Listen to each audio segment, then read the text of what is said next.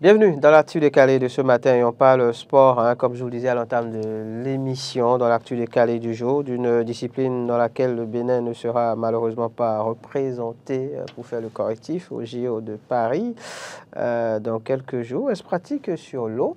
Il s'agit d'une discipline pas comme les autres, il s'agit de l'aviron. Et justement pour en parler, nous recevons ce matin M.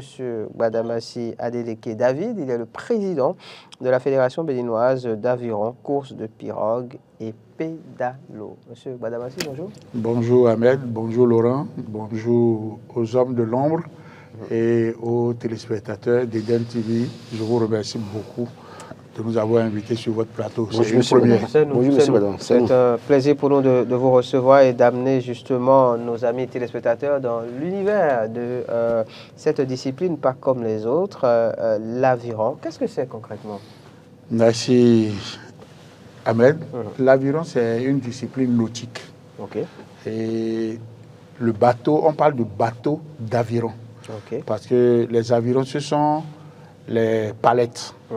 Et le bateau est fabriqué en fibre de carbone. Okay. Et ça a deux palettes, ça a un siège coulissant et ça a des chaussures qu'on appelle le cale-pied. Donc vous mettez vos pieds dedans et vous serrez pour votre propre sécurité dans le bateau.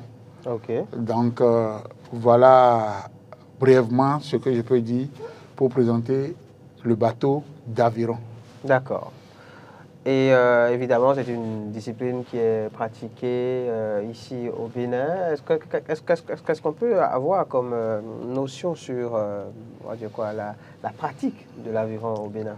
Dites-vous que l'aviron, c'est un sport complet. Okay. C'est tout le corps qui travaille. Et avant d'intégrer une association, il faut savoir nager. Okay. Ça, c'est obligatoire. La première des choses, il faut savoir nager. Nager parce que ça se pratique sur l'eau. Sur l'eau. On n'est jamais à l'abri. De 30 à 50 mètres au moins. Okay. Raison pour laquelle nous travaillons beaucoup plus comme dans les zones où il y a les villages qui sont au bord de l'eau. Vous prenez d'abord Grand Popo. Okay. Vous prenez maintenant Bokwa. Vous prenez Pétécan. Vous prenez Akodeha. Donc vous voyez que presque tous ces villages-là se retrouvent au bord de l'eau. C'est plus facile de travailler avec ceux-là que d'aller chercher à l'intérieur comme de la ville. D'accord. Parce que vous devez le savoir, beaucoup de Béninois ne savent pas nager. Je ne sais pas si Ahmed Non. Bon, et non. Laurent aussi. Il a peur de moi. Je sais nager. Hein. D'accord. Pardon. Seulement que je ne prendrai pas de risque d'aller dans un lac ou fleuve ou mer. Ok. Mais, non, attention. Ah ben, vous nagez où alors? Au moins dans une piscine. Il pas les grands bassins non plus. Hein? Il s'amuse dans le petit bassin. Ah, parce que chez moi, il n'y a pas de coup d'eau, donc je ne vais pas prendre de risque pour rien. Non, il y a un coup d'eau. Lequel? Mais vous allez à Vakpa, vous êtes... Ça, c'est à Vakpa, c'est avec le Koufou, le mono là-bas. Si je dis à la Dachi, on ne connaît pas. Mais à Vakpa fait partie comment d'Alada? C'est vers la frontière. Bon, en fait, c'est pour dire, c'est avec la frontière avec le mono. Il se promène dans le petit bassin. C'est pour vous dire que prochainement, vous devez créer une association à Vakpa. C'est ça. Et doucement, doucement, vous allez commencer par nager. Est-ce que j'aurai le temps pour ça vraiment? Je préfère que quelqu'un d'autre le fasse. Allez, parlons donc de la pratique en tout cas. Donc, la pratique, ça se fait dans les zones où il y a beaucoup. Et vous prenez maintenant le bastion même de l'aviron, c'est la commune de Soava. Et jusqu'aujourd'hui, maintenant, nous avons 4 associations.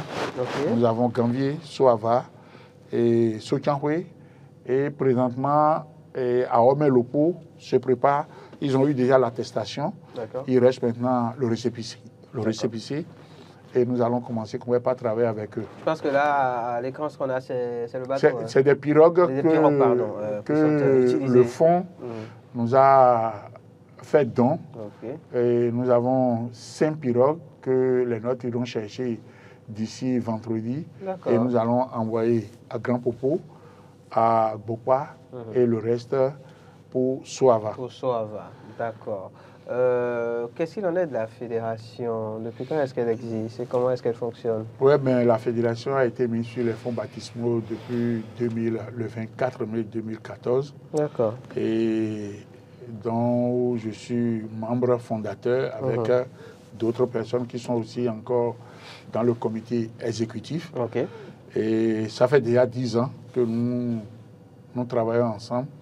Nous avons participé pour la première fois au championnat d'Afrique en 2014, tout juste après la mise sur les fonds baptismaux. Nous avons reçu une invitation de l'international et pour le championnat d'Afrique en Algérie, précisément à Tipaza.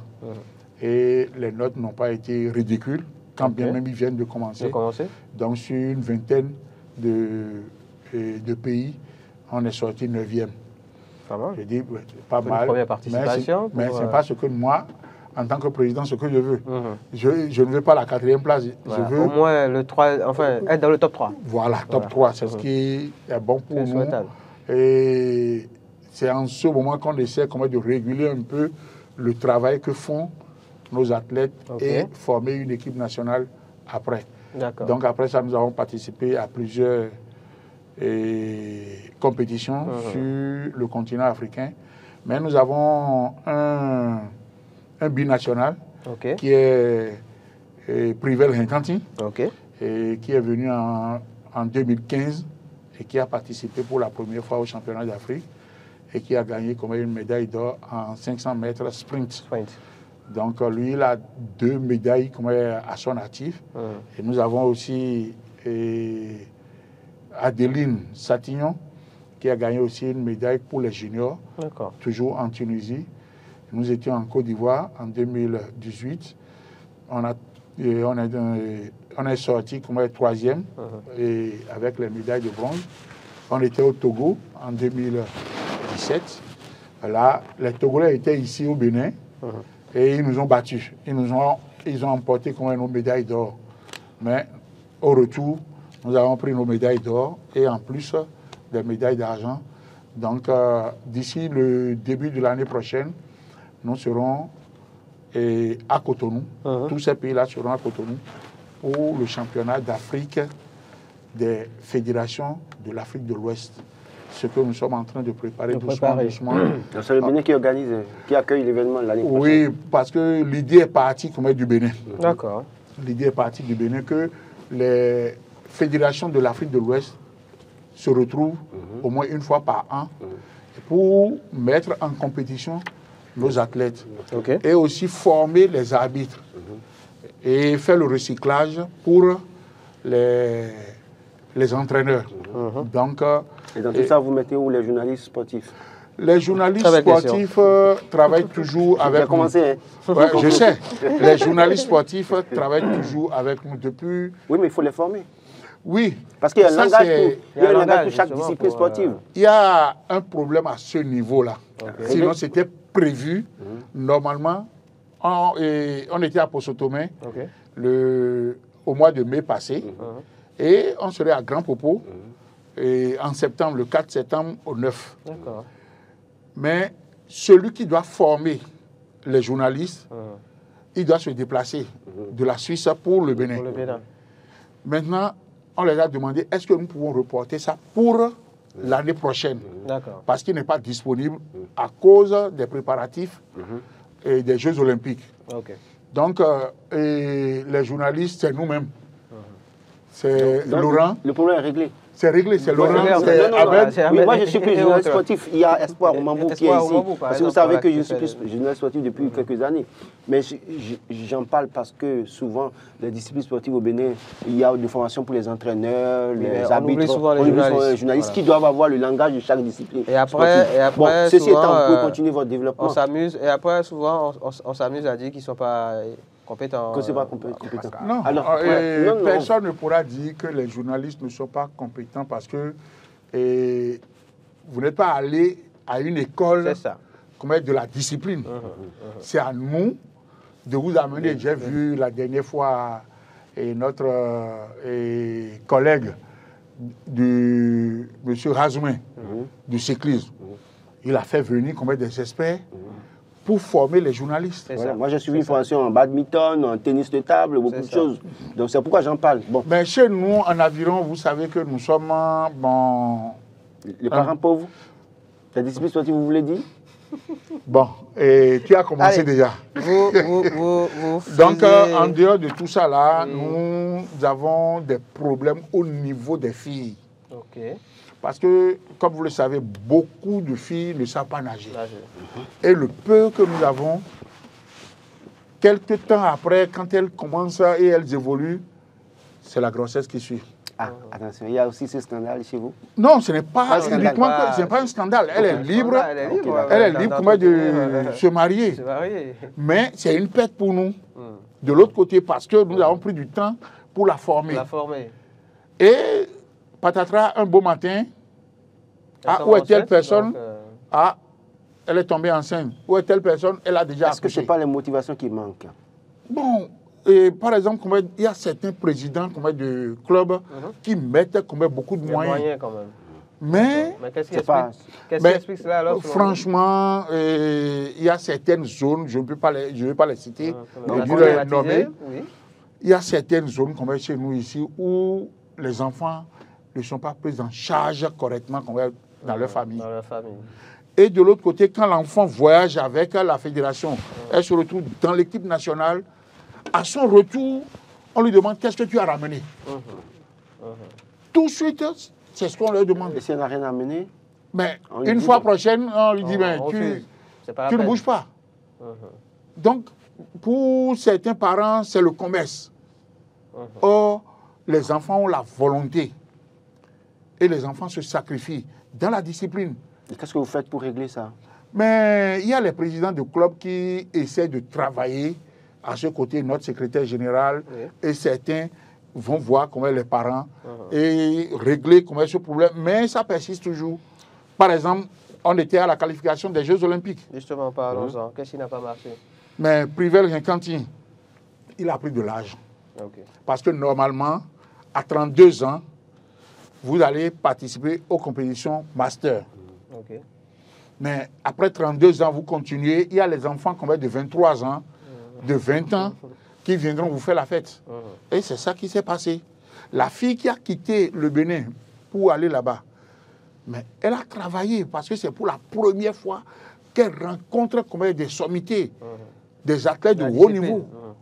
Mais elle a échoué en demi-finale. Manque d'expérience. Alors, je ne vous coupe pas. Aujourd'hui, je sais que vous ne serez pas d'accord que je le dise de cette manière. Celui dont vous parlez, Privel Rincanti, il est athlète, d'accord. Mais aujourd'hui, il n'a plus le temps de s'entraîner tous les jours. Sauf erreur de ma part, parce qu'il travaille quelque part. Et il doit répondre aux obligations professionnelles, alors que le vrai athlète, c'est celui qui s'entraîne tous les jours. Est-ce qu'aujourd'hui, il s'entraîne tous les jours pour avoir le potentiel de véritablement continuer à nous représenter pour qu'on espère quelque chose à ce niveau? Privel s'entraîne tous les matins avant d'aller au boulot. Il y a la question de l'âge qui a été... c'est la question de l'âge. Mais même jusqu'aujourd'hui, si vous l'appelez, est-ce que tu t'es entraîné ce matin? Il va te dire oui, qu'il a fait l'ergomètre. Ou il est allé faire un tour sur l'eau. Parce que pour être un athlète de haut niveau, il vous faut 5 jours d'entraînement par semaine. Combien de fois par jour? 2 fois par jour. Il fait les 2 fois? Qui? Privel? Non. Il ne peut pas faire comme les 2 fois parce que c'est un ingénieur. Et... Donc il y a déjà un problème à ce niveau. Non. Et vous savez, chez eux là-bas, ils ont plus de moyens que nous. Ils ont, quand vous voyez le dispositif dans les salles d'entraînement, mais nous n'avons rien. Nous n'avons rien ici. Nous avons que l'ergomètre que vous avez vu tout à l'heure. C'est avec ça. Or, dans les lycées et collèges, dans les agones, qu'est-ce qu'ils font? Le matin, tu te réveilles très tôt et tu fais au moins 2000 mètres sur l'ergomètre avant d'aller au cours. Mais ici, tu ne peux pas demander, comme un enfant de chez nous dit, tu te réveilles très tôt et tu vas faire 2000 mètres ou bien 1000 mètres sur l'ergomètre. Ça renforce ses capacités parce que c'est, vous voyez les bateaux, les avirons. Mais l'eau, vous savez, quand vous tirez une fois comme ça, ça fait 45 kilos d'eau que vous tirez. Ça fait 45 kilos d'eau que vous tirez. Par bras ou bien les 2 bras? Les 2. Vous pouvez, si vous laissez un aviron, vous allez chavirer. Directement. Il faut toujours avoir les 2 palettes dans l'eau. Là, vous êtes équilibré. Mais si vous laissez un aviron, ou soit c'est une mouche, ou bien quelque chose qui vous dérange, et vous laissez, là, vous chavirez. Et c'est pourquoi nous apprenons dès le départ aux jeunes athlètes le chavirage. D'accord. Et c'est fait exprès. D'accord. On te demande de lâcher un aviron. Et quand tu chavilles, tu reviens vers le bateau pour enlever tes pieds de la chaussure. Mais si tu ne sais pas nager, est-ce que tu pourras le faire? C'est pour cela que la base, c'est de savoir nager. Voilà, c'est pourquoi... pas dans le petit bassin des piscines comme Laurent. Voilà. Justement, vous faisiez allusion aux enfants et tout. Comment ça se passe si un enfant a envie de mettre, un parent a envie de mettre son enfant. Donc, de l'aviron. Vous savez, les statuts types nous ont dit que nous sommes à but non lucratif, apolitique. Nous ne prenons pas un franc. Pour former qui que ce soit. Mais si votre enfant veut aller maintenant pratiquer l'aviron, il faudrait qu'il passe par un club. Ok, donc il faut s'inscrire dans un club. Oui, vous vous inscrivez dans un club, il n'y a pas d'indépendance chez nous. D'accord. Par exemple, si c'est M. Tony Kess, il a son association, et déjà les enfants d'Alada ont vu que qui peut pratiquer la discipline, ils iront le voir. Et lui, maintenant, il va confier les enfants à l'entraîneur du club. D'accord. Mais évidemment, pour s'inscrire au niveau des clubs, il y a quelque chose à payer ou pas? Au niveau des clubs, c'est l'association qui s'affilie à la fédération. Et c'est l'association qui paye une redevance de 25 000 francs. D'accord. Mais les athlètes qui vont vers une association, nous n'avons pas le droit de regard sur eux. Sur le fonctionnement de l'association. Pardon? Sur le fonctionnement de l'association. Non. Seulement sur le plan technique et sur le plan administratif, là nous discutons. S'ils ont n'importe quel problème, ils viennent vers la... Et nous voulons bientôt maintenant nous débarrasser de tout ça et confier ça à la Ligue. D'accord. Intéressant. Parlons du championnat national. Comment ça se passe? Oui, cette année, nous voulons innover. Sinon, chaque année, nous avons les 3 catégories d'âge. Les cadets, les juniors et les seniors, des 2 cesses. D'accord. Et c'est 72 heures francs de compétition. Donc, vous participez à l'ergomètre et vous allez encore sur l'eau. Mais très souvent, depuis un certain temps, nous avons constaté qu'il n'y a pas encore eu un athlète qui arrive à gagner les 2. Il ne peut pas être premier en aviron et premier en ergomètre.